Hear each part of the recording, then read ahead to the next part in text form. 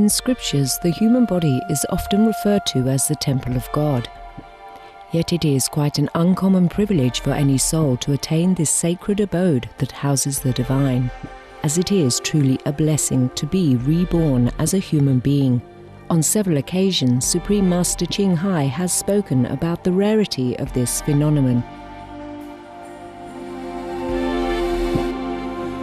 To be reincarnated in the human world is hard.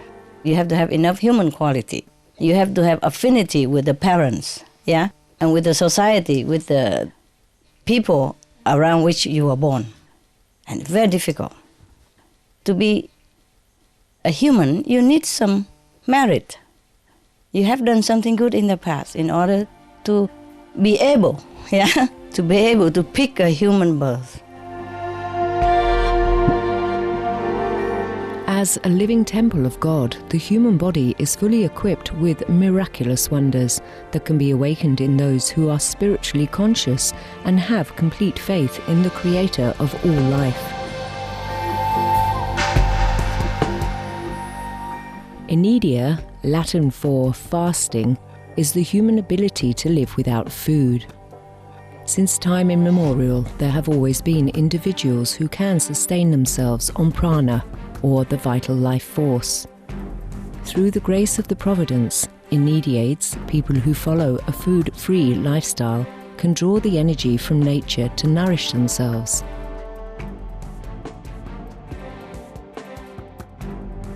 They live on the chi, from the ground, or from the forest, and from the sun and from the air. They make use of all that. Or they live on love, on faith alone.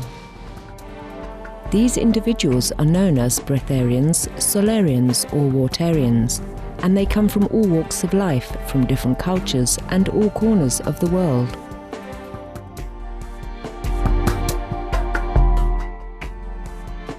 Indeed, the possibilities and miracles in this life as our benevolent Creator has designed for us are endless. We only need to connect within to recognize our abounding largesse as God's children. Supreme Master Ching Hai has lovingly recommended a weekly series on Supreme Master Television to introduce those individuals of the past and present who have chosen to live food-free on earth. May their spiritual stories enthrall you, may hearts be opened and horizons be expanded.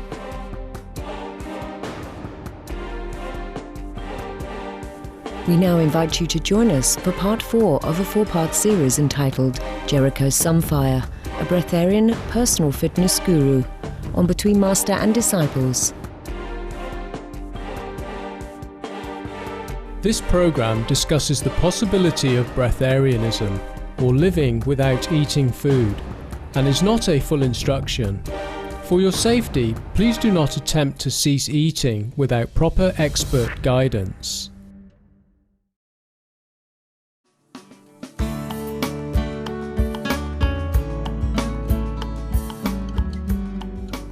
Hello and welcome to today's episode of Between Master and Disciples. Breatharians, waterians, solarians, people who do not need food to survive, have always existed throughout human history. In the past few months, we have been introduced to some of these remarkable individuals. Breatharian St. Nicholas of Flua, Breatharian stigmatist Louis Lato, waterian farmer Phan Dong Luk, Breatharian dietitian Dr. Barbara Moore, and many others. Today, we continue with our series on another Breatharian, Jericho Sunfire, a personal fitness trainer.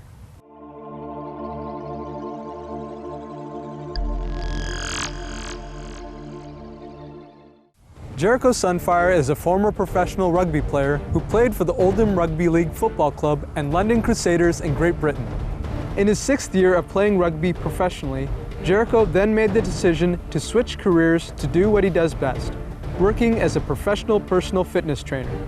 After years of being fruitarian, liquidarian, and waterian, he gravitated towards breatharianism. During the interview with our Supreme Master Television correspondent, Jericho explained the changes that his body underwent when he became food-free. After you became breatharian, how long did it take you to go through the physical changes? I would say 2 to 3 weeks. And And then after that, it's just literally living life. I mean, you're still going through minor changes, you know, but those are pretty much taken care of within 2 to 3 weeks. And within those 2 to 3 weeks, it is uncomfortable. It's not a comfortable time. What were the physical changes that you went through? Wow. It was all internal, and it was all in my core, my torso. Shrinkage. Organs changing their purpose and being used for different things. What specifically they were used for, I'm not too sure, but I know things changed drastically. Like I say, the body's always wanting to get back to its original state. That, in turn, created for me the sense of having a much physically lighter body. It's like feeling an energy source, like a generator in your torso, creating an immense amount of energy. And it was kind of weird because having a physically lighter body, or having a sensation of a physically lighter body, there were times where I would stand up and I would kind of, not because I was dizzy or anything, but simply because my strength was overpowering my physically lighter body, and I would overcompensate. So there was a time when I had to really kind of use my better judgment all over again. It was like learning how to walk again, learning how to stand up again, how to run again. And that was probably the weirdest change. Were there obstacles to overcoming these changes, and how did you cope with the changes? It was basically dealing with the little anxiety that came with it, you know, because like I say, you're standing up and all of a sudden you're finding yourself leaning a bit too far, or overstepping your walk and walking real funny in the beginning. Your judgment is totally off. And I found myself asking, is it me? Is it my brain? What's going on here? And it was just that I had to deal with getting used to a new physique, a new body. As a professional personal fitness trainer, Jericho answered some of our questions about muscle building as breatharians. Can you build muscle on a breatharian diet? I would say yes, you tone easily. I also believe that, especially when you're breatharian, when you have nothing in the way, no obstacles, no distractions, you're not ingesting anything, your body can actually do what it's supposed to do and pump out what it's supposed to do. And sometimes it feels like I'm juiced up, you know, because everything's just flowing. The body's giving my system what it needs. So yes, I would say, in fact doubly for breatharianism, that you can easily tone up and have a well muscular physique. So you have plenty of energy as a breatharian, even to exercise? I would call it vitality or well-being. I totally believe that vitality comes from your core, from like your belly button, or just under your belly button, and that's where I feel mine. So yes, I do have a fantastic amount of vitality, I would say. Maybe it is energy. Please stay tuned to Supreme Master Television. Between Master and Disciples will return in just a moment.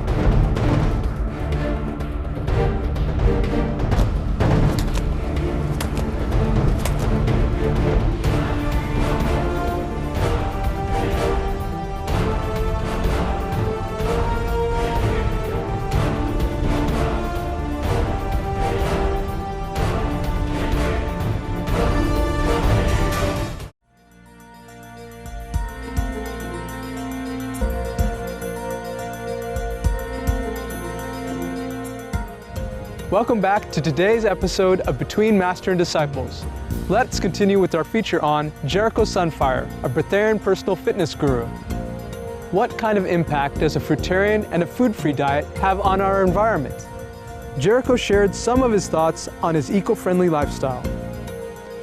Do you think being breatharian or even fruitarian would have a beneficial effect on the state of the world? Oh, of course. Tell us how. Can you imagine the reduction in trash packaging? Can you imagine the energy you would have just living life? If you have an environmentally friendly package, you still have to get rid of the package. You still have to make the package. And with fruitarianism, you just compost what you don't need, what you don't need. And you got a lifetime supply of food for free. You just recycle, plant the seeds. Since the interview was taking place in Mexico, where Jericho was teaching one of his personal fitness training programs, we asked him what he thought about the year 2012. We're here close to Cancun, Mexico, right in the heart of the ancient Mayan civilization. Will you talk to us a little bit about the Mayan calendar and the upcoming year 2012? I know absolutely zilch about the Mayan calendar, but I am so drawn to the spiritual changes here. In fact, I believe I was placed here for a reason. Most definitely, there is definitely a strong pull that wants me here to finish a job. That needs to be, something needs to be done, something needs to be finished here. I personally believe that I'm to learn my breatharian trade here, because if you're going to survive in this heat, in these conditions, as a breatharian, you can survive anywhere. Trust me on that. There's a spiritual power here, a spiritual force that is so amazing. The essence of the country, the essence of this area is amazing. You'll find that synchronicity, everything happens just at the right time. All of a sudden your whole doors that were shut open up just at the right time, and life, you just get whatever you've been wanting. And it's amazing the things that have happened to me since I've been here in that way. And the more I talk to Mayan people about this, the more 2012 crops up and the more things start to make more sense. And this 2012 thing right now is the only thing that's making sense to me.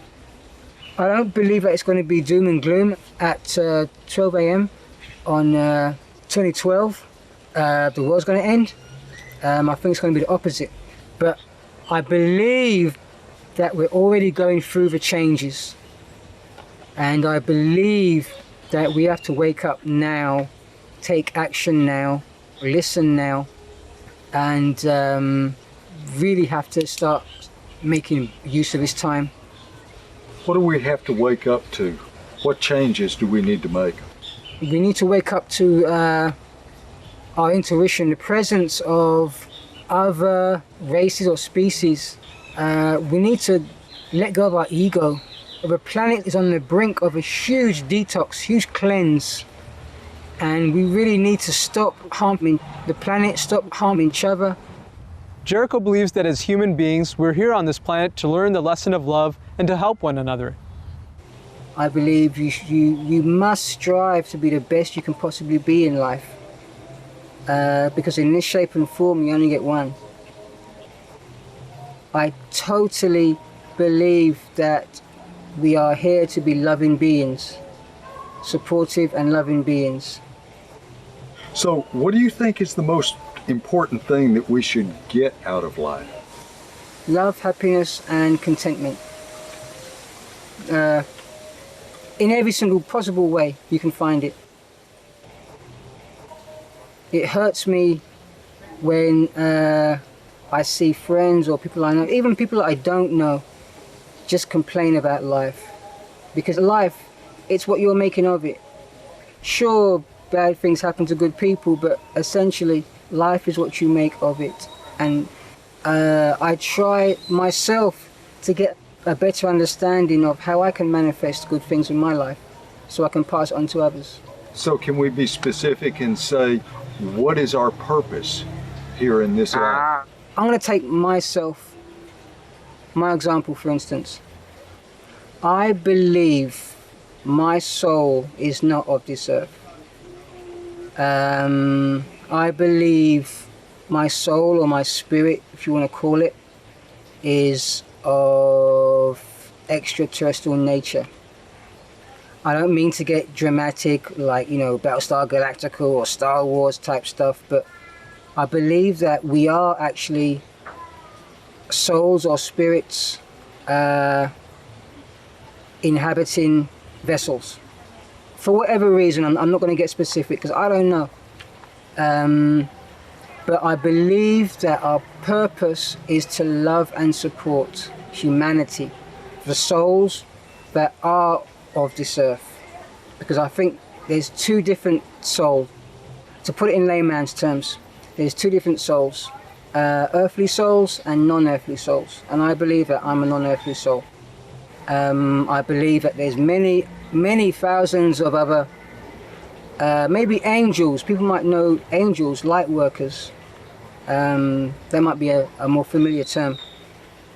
And I strongly believe that my purpose, actually my specific purpose, is to help other non-human souls, angels, light workers, however you want to call it, develop and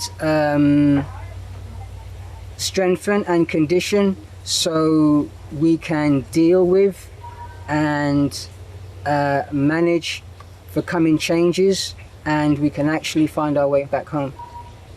What is the most important thing for us to do here on Earth? Is to realize that we all have individual paths. Like I say, I don't believe that we're all the same. I believe that we're all different in terms of some are earthly souls, some non-earthly souls. I believe that for me to be a breatharian is my original state. So my body or my physicality or my spirit self is always looking to get back to its original state, which for me is breatharianism. For others, depending on where they're from, in terms of space, galaxy, whatever, it may be fruits. So others may need to develop ways to get on a fruitarian diet. And they may not know why they're being drawn to this. They may not know why their intuition is drawing them this way so strongly. As the interview came to a close, Jericho shared with us his personal goals for the future. I really want to help and transform as many people as possible, as well as helping myself. I want to be the best I can be. I want to be the best husband, the best father, the best brother, the best son, best everything, best friend I can be.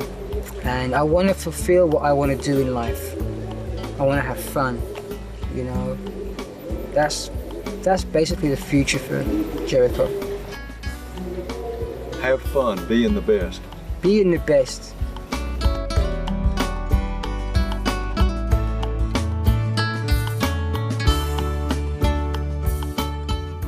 Thank you, Jericho, for sharing with us and our viewers your food-free lifestyle. May heaven bless you in all your loving endeavors to help humankind. It has been wonderful to have you with us for this food-free series of Between Master and Disciples. Please stay tuned to Supreme Master Television for Good People, Good Works, coming up after noteworthy news. Heaven bless and farewell for now.